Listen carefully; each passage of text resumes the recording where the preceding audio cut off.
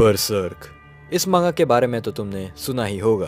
ये एक ऐसी मांगा है जिसको पढ़कर बड़े बड़े लोग तक ट्रॉमेटाइज हो जाते हैं। बरसर्क को द ग्रेटेस्ट मांगा ऑफ ऑल टाइम का दर्जा दिया गया है। लेकिन क्या है इस मांगा में ऐसा जो इसको इस टाइटल का वर्दी बनाता है, एंड क्या है इसमें ऐसा जो इसे इतना खतरनाक भी बनाता है? तो चलो आज इस वीडियो में हम जानते हैं बरसर्क मांगा की पूरी कहानी।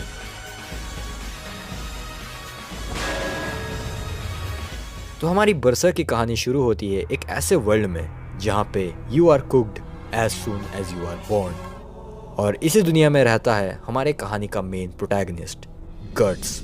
गट्स एक लंबा चौड़ा गीगा चैट जैसा दिखने वाला एक जवान लौंडा है जिसका एक आंख और एक हाथ नहीं है। ये एक हथियारों से भरा हुआ एक आर्मर पहनता है एंड साथ में लेके घूमता है एक खंबा जितना बड़ा स्वॉर्ड।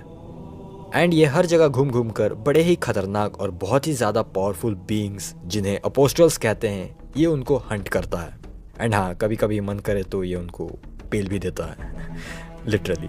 अब तुम सोच रहे होगे कि मे बी ये उसका काम होगा मॉन्स्टर्स को हंट करना, या उसको ऐसा करने के लिए पैसे मिलते होंगे। तो नहीं, ये बंदा मॉन्स्टर्स को पेलता है because of pure hate and vengeance. क्योंकि इसकी ज़िंदगी में इतने भयंकर भयंकर कांड हुए हैं जिसने आज इस बंदे को ऐसा जानवर बना दिया है। एंड आज इस वीडियो में तुम उस पूरी जर्नी को देखने वाले हो।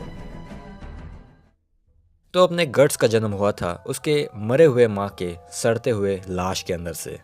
Yes, welcome to Berserk. जिसके बाद फिर एक शीशु नाम की पागल औरत अडॉप्ट कर लेती है क्योंकि उसने अपना बच्चा मिसकैरेज की वजह से गंवा दिया था।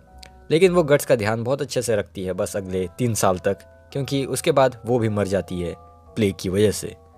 इसके बाद फिर गट्स शिशु का हस्बैंड गैम्बिनो, जो कि एक मर्सिनरी गैंग का लीडर था, उसके अंडर आ जाता है। अब ये जो गैम्बिनो है ये बड़ा ही खतरनाक सा बंदा है, क्योंकि शिशु के मरने के बाद वो गट्स को अपने साथ रखता तो ज़रूर है लेकिन वो उसको कुछ खास पसंद नहीं करता। क्योंकि फर्स्ट ऑफ ऑल वो उसका बेटा नहीं है, एंड सेकंड ऑफ ऑल वो उसको एज अ बैड लक की तरह दिखता है। लेकिन फिर भी वो उसको स्वॉर्ड फाइटिंग वगैरह सिखाता है एंड उसको अपने गैंग में भी रखता है।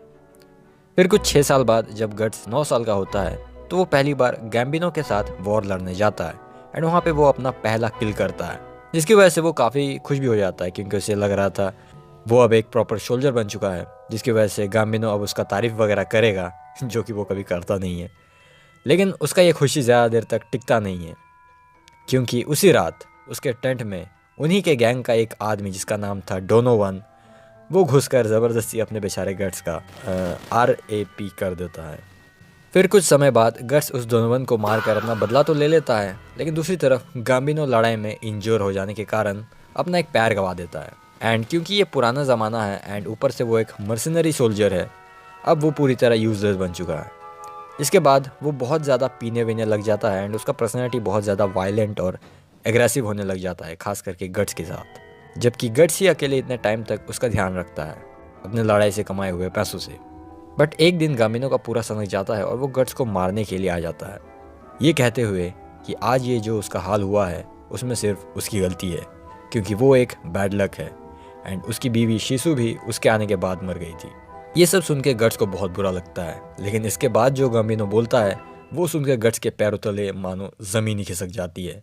गैम्बिनो बताता है कि उस रात उसी ने उसको डोनोवन को बेच दिया था, वो भी सिर्फ 3 सिल्वर कॉइन्स के बदले। फिर इसके बाद वो गट्स को जान से मारने का ट्राई करता है, लेकिन पीने की वजह से वो मिस हो जाता है, बट वो रुकता नहीं है एंड गट्स अपने आप को प्रोटेक्ट करने के लिए अनजाने में गैम्बिनो को ही मार देता है। जिसके बाद फिर उसके गैंग के लोग उसका पीछा करते हैं, लेकिन वो एक क्लिफ से नीचे गिर जाता है और बाल बाल बच जाता है। लेकिन वहाँ पे फिर उसका फाइट काफ़ी सारे भेड़ियों से होता है, जिन्हें मारने के बाद वो भी बेहोश हो जाता है क्योंकि वो काफ़ी इंजर्ड हो गया था। बट लकीली उसको पास से गुजर रही एक दूसरी मर्सिनरी गैंग बचा लेती है अपने अंडर लेकर।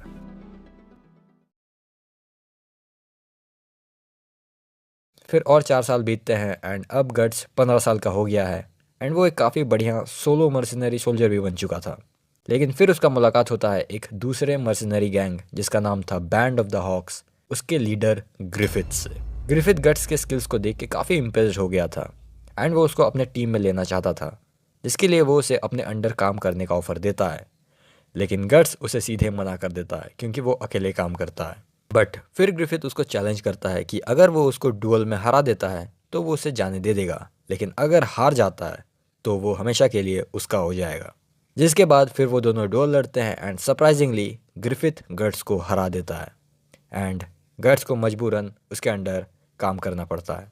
लेकिन ये चीज़ ग्रिफिथ के टीम के कुछ लोगों को पसंद नहीं आती, खास करके एक कास्का नाम की लड़की को, जो कि ग्रिफिथ की राइट हैंड थी।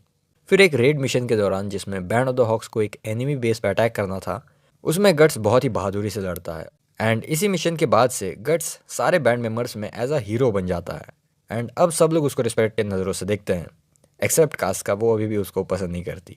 इसी बीच गट्स के 3 करीबी दोस्त भी बनते हैं, जो थे जूडियो, जो कि एक काफ़ी स्मार्ट, स्किल्ड और कूल बंदा है, एंड रिकट, ये वही बंदा है जिसको गट्स ने बचाया था, एंड ऑल्सो ये सबसे यंगेस्ट मेंबर है पूरे बैंड का, एंड अपना पिपिन, ये पूरे टीम का वन ऑफ द स्ट्रॉन्गेस्ट बंदा है, लेकिन साथ ही साथ ये उतना ही काइंड हार्टेड भी है। यहीं पे ज़िंदगी में पहली बार अपने गट्स को थोड़ा घर जैसा फीलिंग आता है, लेकिन फिर भी वो अपने इमोशंस को चेहरे पे नहीं दिखा पाता, क्योंकि तुम तो जानते ही हो उसका लाइफ कैसा बीता है अब तक। फिर धीरे धीरे गट्स ग्रिफिथ के बारे में भी और जानने लगता है कि ग्रिफिथ का कैरिस्मेटिक नेचर और लोगों को इन्फ्लुएंस करने का स्किल उसको एक अच्छा लीडर तो बनाता ही है, लेकिन जो चीज़ उसको ग्रेट लीडर बनाता है वो है उसका एम्बिशंस, उसके ड्रीम। ग्रिफिथ का ड्रीम है अपना खुद का किंगडम बनाना, एंड इस ड्रीम को पूरा करने के लिए इस बंदे ने अब तक अपने ज़िंदगी में वो सब काम किए हैं जो एक आम आदमी सोच भी नहीं सकता करने के बारे में, एंड वो आगे भी करता रहेगा जब तक उसे उसका ड्रीम नहीं मिल जाता।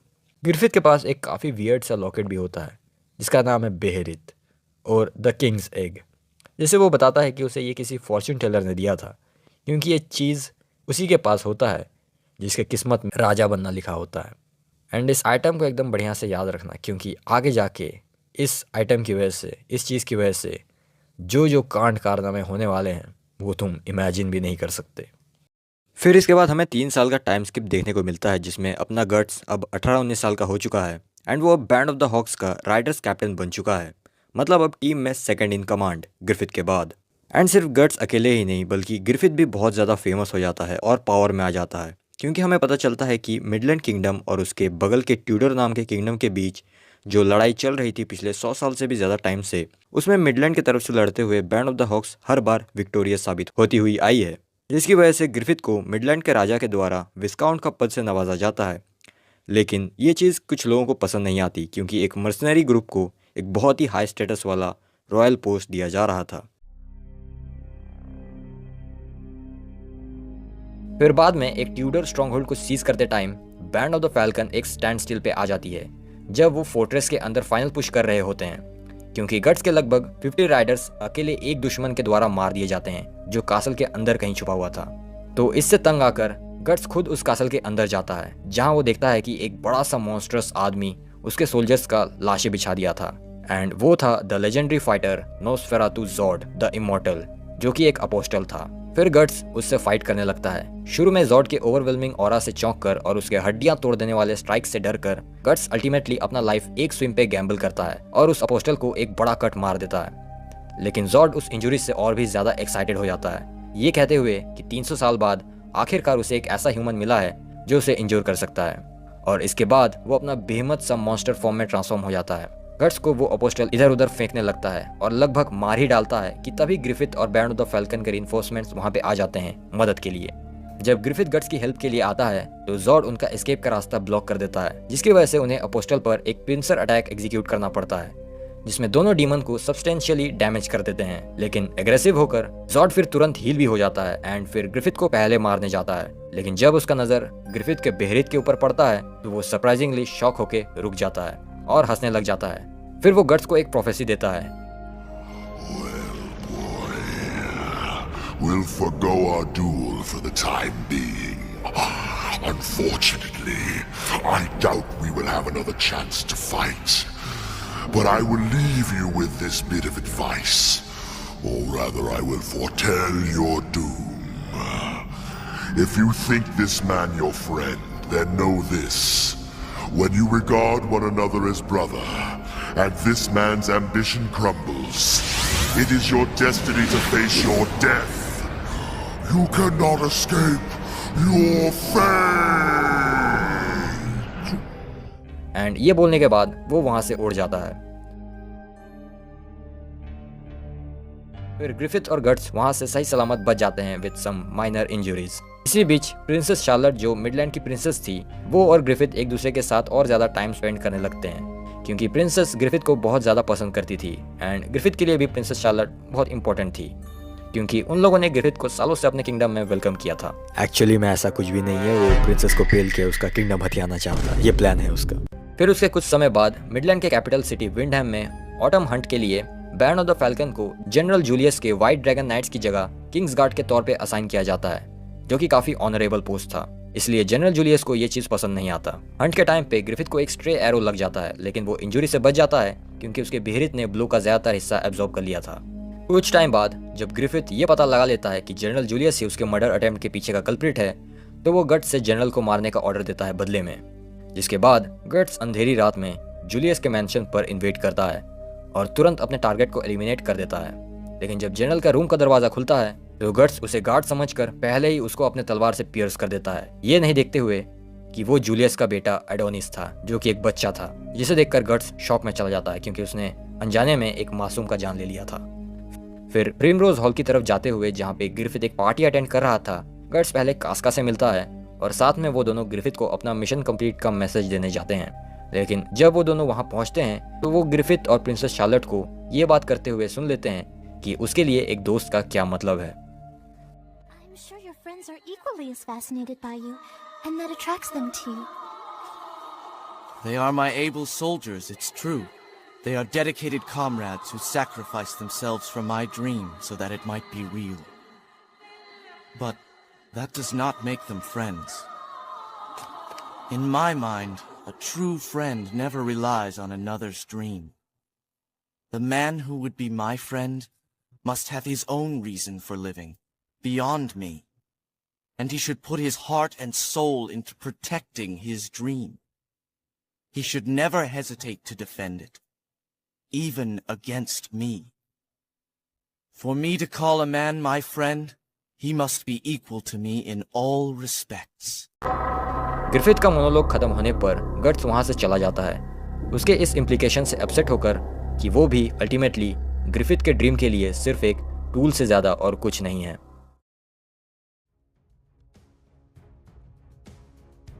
फिर और कुछ समय बाद बैरन ऑफ द फैल्कन ट्यूडोर के ब्लू वेल नाइट से बैटल लड़ने लगते हैं। फिर बैटल के टाइम पे ये नोटिस करते हुए कि कास्का को एक एनिमी कमांडर से ट्रबल हो रही है, गट्स उसका मदद करने पहुंचता है और ब्लू वेल नाइट्स के कैप्टन एडोन से बैटल करता है। अपने ओपोनेंट को ओपनली डिफीट करने के बाद गट्स एक बेहोश होती हुई कास्का को क्लिफ के एज से लड़खड़ाते हुए देखता है। वो उसको घोड़े से गिरने से तो बचा लेता है, लेकिन फिर एडोन उन दोनों के घोड़े को शूट कर देता है, जिसकी वजह से वो दोनों नीचे एक रिवर में गिर जाते हैं। गट्स कास्का को किनारे पर खींचता है और ठंडी बारिश से बचने के लिए शेल्टर ढूंढता है।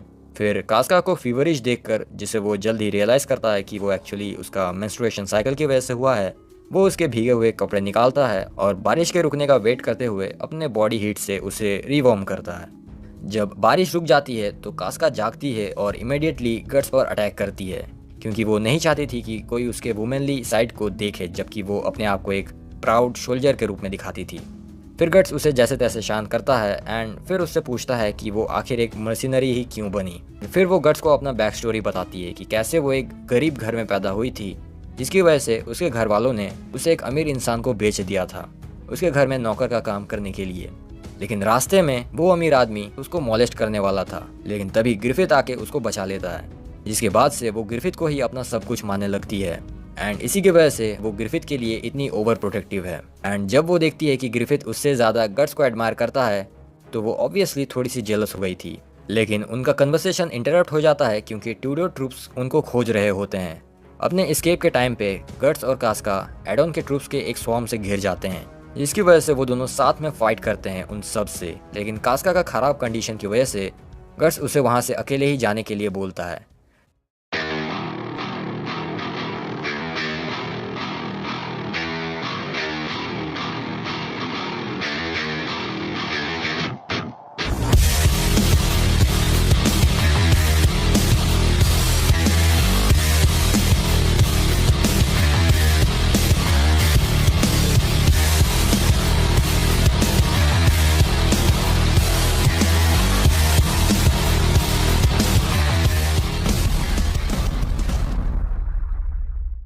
फिर एक घमासान बैटल के बाद गट्स अकेले ही लगभग 100 ट्यूडर सोल्जर्स को फर्स्ट में ही मार देता है।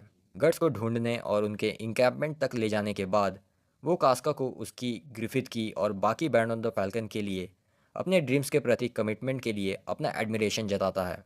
इसके अलावा वो ये भी रिवील करता है कि उसे नहीं लगता कि उसकी जगह है उनके इस बॉनफायर ऑफ ड्रीम्स के साथ, इनडायरेक्टली ये कहते हुए कि आने वाले समय में वो ये टीम छोड़ देगा। इंजुरीज के लगभग हील होने के बाद गट्स बाकी बैंड के साथ डोल्ड्रे के फोर्ट्रेस के सामने असेंबल होता है। उनका गोल था मिडलैंड के लिए फोर्ट्रेस को रिकैप्चर करना। Griffith band of the falcon की फोर्सेस को 2 ग्रुप्स में स्प्लिट करता है, एक उसके और गट्स के साथ ट्यूडर की फोर्सेस को रिवर की तरफ लाने के लिए और दूसरी एक इन्फिल्ट्रेशन फोर्स जिसे कास्का लीड करेगी डोल्ड्रे फोर्ट्रेस को वापस लेने के लिए। जब Band of the Falcon successfully Purple Rhino Knights को रिवर तक फंसा के ले आते हैं तो गट्स जनरल बॉस्कोगन के साथ एक फियर्स डुअल में एंगेज होता है, जिसके टाइम पे उसकी स्वॉर्ड टूट जाती है उसके पहले के 100 मैन स्लॉटर वाले लड़ाई से डैमेज होकर। लेकिन तभी एक बड़ा सा डिफरेंट स्वॉर्ड सडनली उसके सामने आकर गिरता है, जिससे वो बॉस्कोगन और जनरल के घोड़े दोनों का ही सिर काट देता है। बॉस्कोगन की डिफीट के तुरंत बाद कास्का की टीम भी डोल्ड्रे के फोर्ट्रेस को रिकैप्चर करने में कामयाब हो जाती है and band of the falcon को अपने विक्टोरियस रिटर्न पर मिडलैंड के सिटीजन्स से बहुत ज़्यादा प्रेज मिलता है और सेलिब्रेशन में एक विक्ट्री पार्टी का आयोजन किया जाता है। तो जब मैं ये वीडियो एडिट कर रहा था तब मुझे रियलाइज़ हुआ कि मैंने एक छोटा और एक काफ़ी इंपॉर्टेंट पार्ट मिस कर दिया था इस वीडियो का। सो यहाँ पे होता कुछ ऐसा है कि ये जो पार्टी हो रही थी यहीं पे ग्रिफिथ को एक बार फिर से प्रमोशन मिल जाता है एंड इस बार इसे डायरेक्ट जनरल का पोस्ट दे दिया जाता है। लेकिन याद है ना, मैंने बताया था कि यही रॉयल्टीज़ में से काफ़ी सारे लोग ऐसे हैं जिन्हें ग्रिफिथ का ऐसे पावर में आना बिल्कुल पसंद नहीं है एंड उनमें से एक है इस किंगडम की रानी। एंड इस रानी का एक सीक्रेट है कि इसे इसका पति यानी कि राजा भाव नहीं देता। वो क्यों, वो तुम्हें आगे पता चलेगा। सो इसलिए रानी जनरल जूलियस के साथ अफेयर कर लेती है एंड क्योंकि ग्रिफिथ ने ही जूलियस को मरवा दिया था ये रानी को पता चल जाता है तो वो उससे और ज़्यादा हेट करने लग जाती है। इसलिए वो ग्रिफिथ से अपना बदला लेने के लिए उसके ड्रिंक में पॉइजन मिला देती है एंड ग्रिफिथ उसे पीकर मर जाता है। वेल ऐसा सबको लगा था क्योंकि ग्रिफिथ को भी ये पता चल चुका था कि उसके दुश्मन कौन कौन है। सो उसने पहले से ही सब प्लान करके रखा था। उसने रानी के मंत्रियों को ही अपनी तरफ करवा लिया था, वो भी बहुत पहले, वो भी सिर्फ उन्हें डरा कर। एंड ऐसा करके उसने उस रानी को और उसके साथियों को जिंदा जलवा दिया था। एंड ये करते वक्त वो उस रानी को बड़ा ही बैडेस्ट सा डायलॉग भी मारता है कि ये जंग है और लड़ाई के मैदान में कोई ऑडियंस सीट नहीं होती। यहाँ कोई नहीं देखने जाएगा कि कौन रॉयल्टी है और कौन कॉमनर, जो पहले मरेगा वो हारेगा।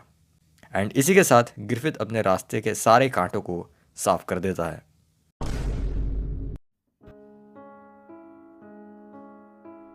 एक महीने बाद बैंड ऑफ द फैल्कन की सक्सेस में सिग्निफिकेंटली कंट्रीब्यूट करने के बाद गट्स फाइनली बैंड छोड़ने का डिसाइड करता है क्योंकि वो अपना खुद का ड्रीम और लाइफ पर्पस खोजना चाहता था apart from being just a tool for Griffiths dream.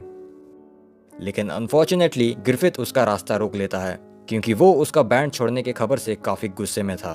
Griffith guts से पूछता है कि क्या गट्स सच में बैंड छोड़ना चाहता है, तो इस पे गट्स के कंफर्मेशन के सुनने के बाद ग्रिफिथ गट्स को चैलेंज करता है डुअल के लिए, जस्ट लाइक बिफोर। लेकिन इस बार उसे अपने आज़ादी के लिए लड़ना होगा एंड इस बात से बिना थोड़ा सा भी हेजिटेट किए गट्स डुअल का चैलेंज एक्सेप्ट कर लेता है एंड अपना तलवार टांगता है एंड फिर एक ही स्विंग में वो ग्रिफिथ का स्वॉर्ड का टुकड़ा कर देता है।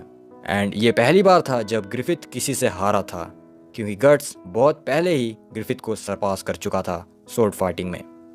एंड इसी के साथ गट्स टीम छोड़ के चला जाता है एंड ग्रिफिथ आ जाता है डिप्रेशन में, जिसकी वजह से उसी रात वो प्रिंसेस शार्लेट के मैंशन में जाता है एंड उसके साथ सेक्स करता है। ऑल्दो प्रिंसेस शार्लेट को तो इससे कोई प्रॉब्लम नहीं था, लेकिन उसके बाप को ज़रूर था क्योंकि वो अपनी बेटी से कुछ ज़्यादा ही ऑब्सेस्ड था, जिसकी वजह से जब उसे पता चलता है कि ग्रिफिथ ने उसके साथ क्या किया है तो वो ग्रिफिथ को अरेस्ट कर लेता है एंड उसके पूरे बैंड को देश निकाला कर देता है एंड उन्हें पकड़ने के लिए ऑर्डर्स दे देता है।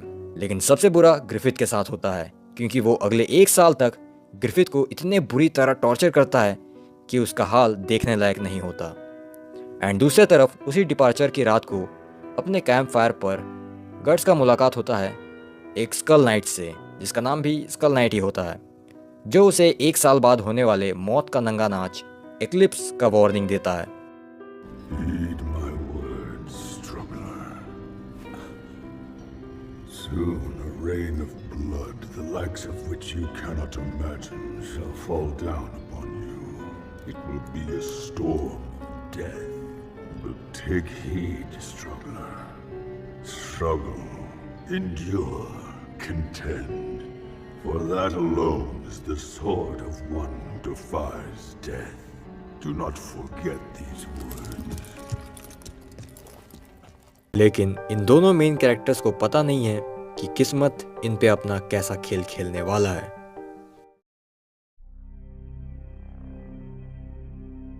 तो अपने गट्स के टीम छोड़ने के बाद वो अगले 1 साल तक जंगलों में अकेले ट्रेनिंग करते हुए बिताता है।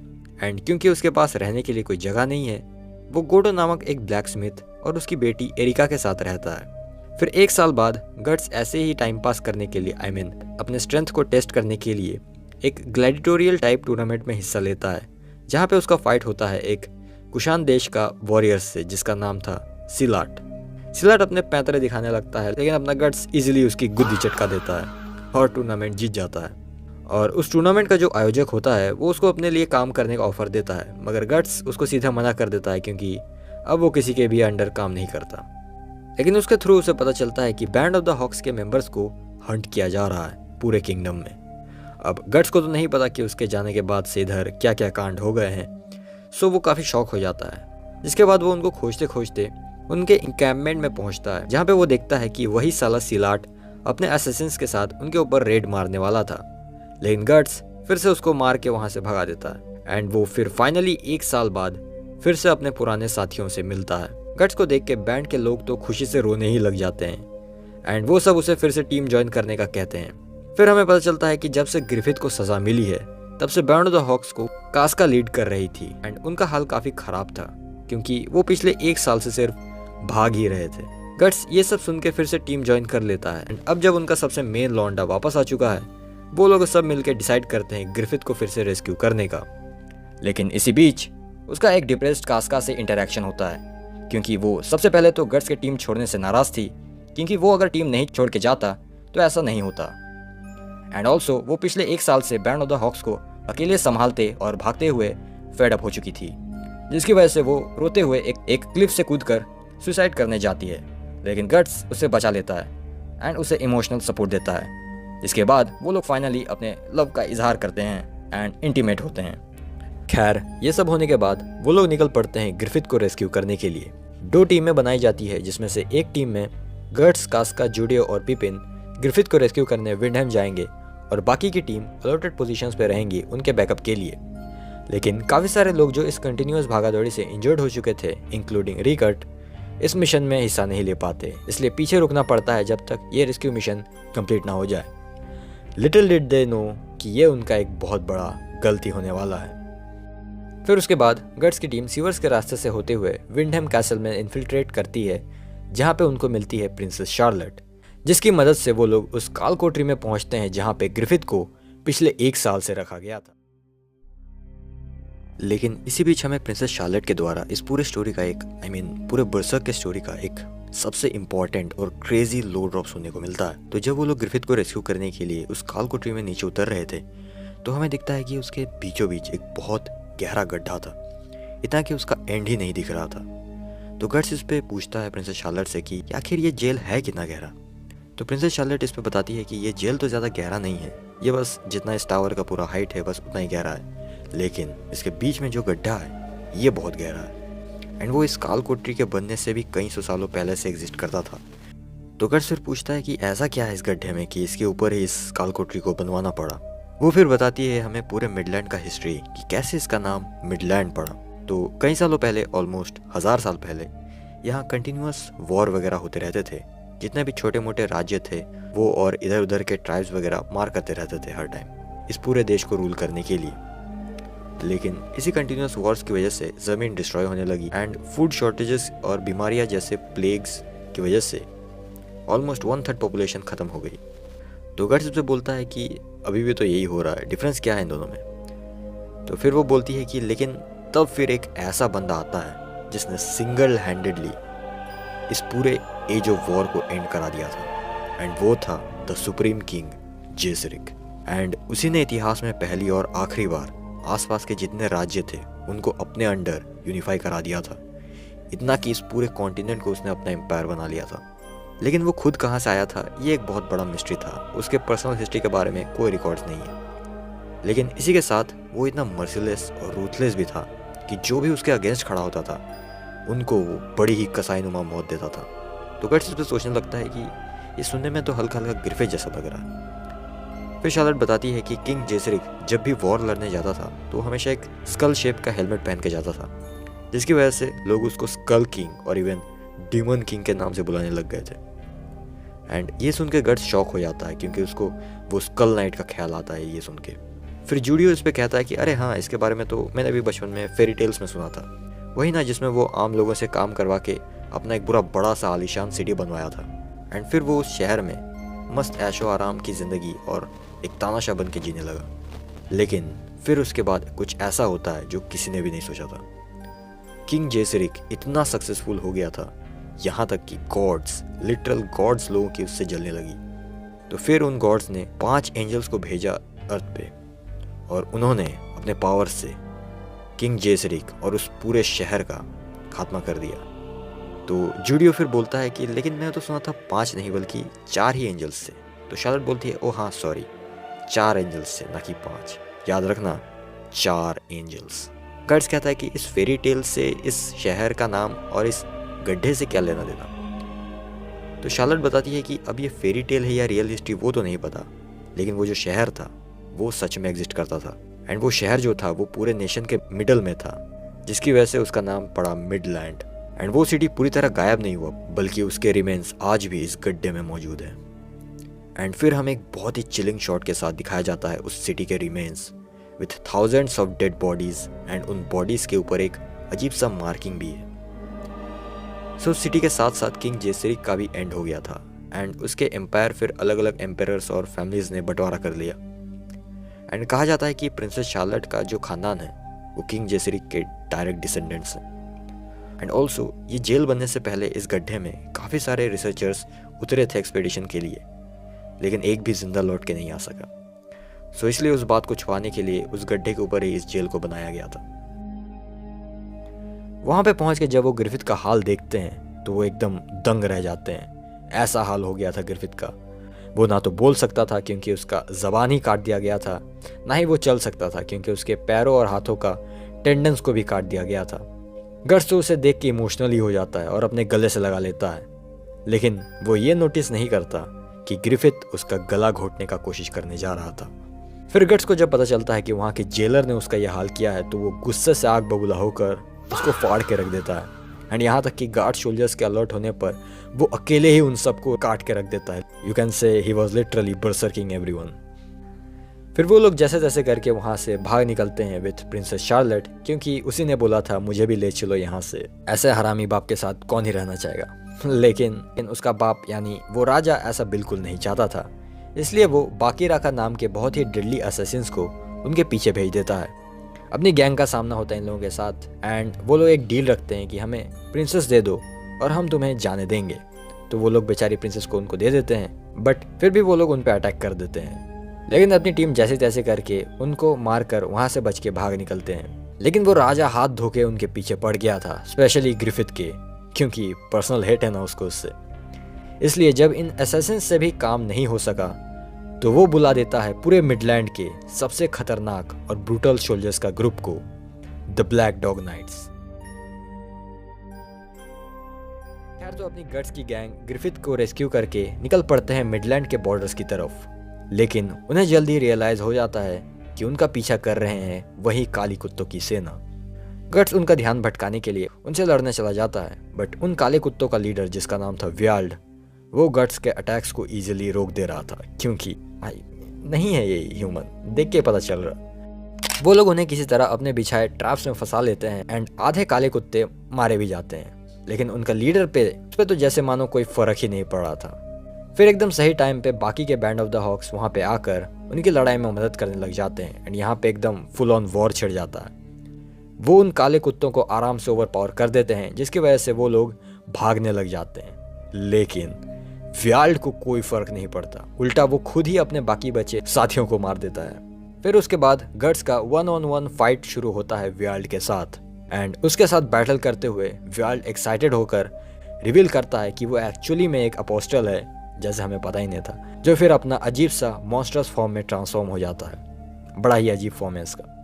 जिसके बाद वो गट्स को एक चांटा मार के नॉकआउट कर देता है। एंड फिर जब कास्का गट्स का मदद करने आती है तो वो अपोस्टल उसको पकड़ के उसके कपड़े फाड़ उसको बहुत ही क्रीपी तरीके से मोलेस्ट करने लग जाता है। लेकिन तभी अपना गट्स वापस उठकर उसका वही काट देता है एंड कास्का को बाल बाल बचा लेता है। एंड फिर गट्स और व्याल्ड का एक बहुत ही इंटेंस फाइट होता है, जिसमें गट्स तो बुरी तरह मार खाता है क्योंकि उसका फाइट एक 20 फुट के मॉन्स्टर से हो रहा था। लेकिन वो जैसे तैसे करके अपना दिमाग लगा के उस अपोस्टल को घायल कर नॉकआउट कर देता है। मतलब उनको ऐसा लग रहा था कि वो मर चुका है, बट एक अपोस्टल को मारना इतना आसान नहीं है। इसलिए वो कुछ ही देर बाद फिर से जाग उठता है एंड इनके ऊपर फिर से अटैक कर देता है। लेकिन इस बार वो पकड़ लेता है ग्रिफिथ को, एंड जब उसे पता चलता है कि वही इनका सबसे प्रिय साथी है एंड उन सबका कमजोरी भी है, तो वो सबके सामने उसका अधमरा शरीर दिखा देता है, जिसे देखकर बाकी के सारे Band of the Hawk members दंग रह जाते हैं। क्योंकि अभी तक ग्रिफिथ का ऐसा हाल सिर्फ गट्स, कास्का, जूडी और पिपिन ही जानते थे, एंड वो लोग नहीं चाहते थे कि बाकी के लोगों को ये पता लगे, वरना उनका पूरा टीम का मोटिवेशन ही टूट जाएगा ग्रिफिथ के लिए, से ग्रिफिथ ने ही बांध के रखा था। व्याल्ड शुरू से ही एक फेस्टिवल के शुरू होने का बात कर रहा था, एंड यहाँ पे भी वो ग्रिफिथ से कहने लगता है डिस्परेट होकर कि अगर वो भी उन ग्रेट वंस में से एक बनने वाला है तो उसके पास भी वो क्रिम्सन बेहलित होगा। इसलिए वो उससे मांग करने लगता है कि अभी ही उनको बुलाने का, क्योंकि वो घायल होने की वजह से मर रहा था। लेकिन जब वो देखता है ग्रिफिथ के पास तो बेहलित है ही नहीं, तो वो उसको मारने की कोशिश करता है। लेकिन तभी वहां पे अचानक से जोर्ड आके एंट्री मारता है एंड एकदम आसमान से उड़ते हुए हीरो की तरह, एंड उस व्याल्ड को उठाकर उसको 2 टुकड़े में फाड़ के रख देता है। एंड फिर तुरंत ही वहां से उड़ के चला जाता है, वही अपना प्रोफेसी का डायलॉग मार के।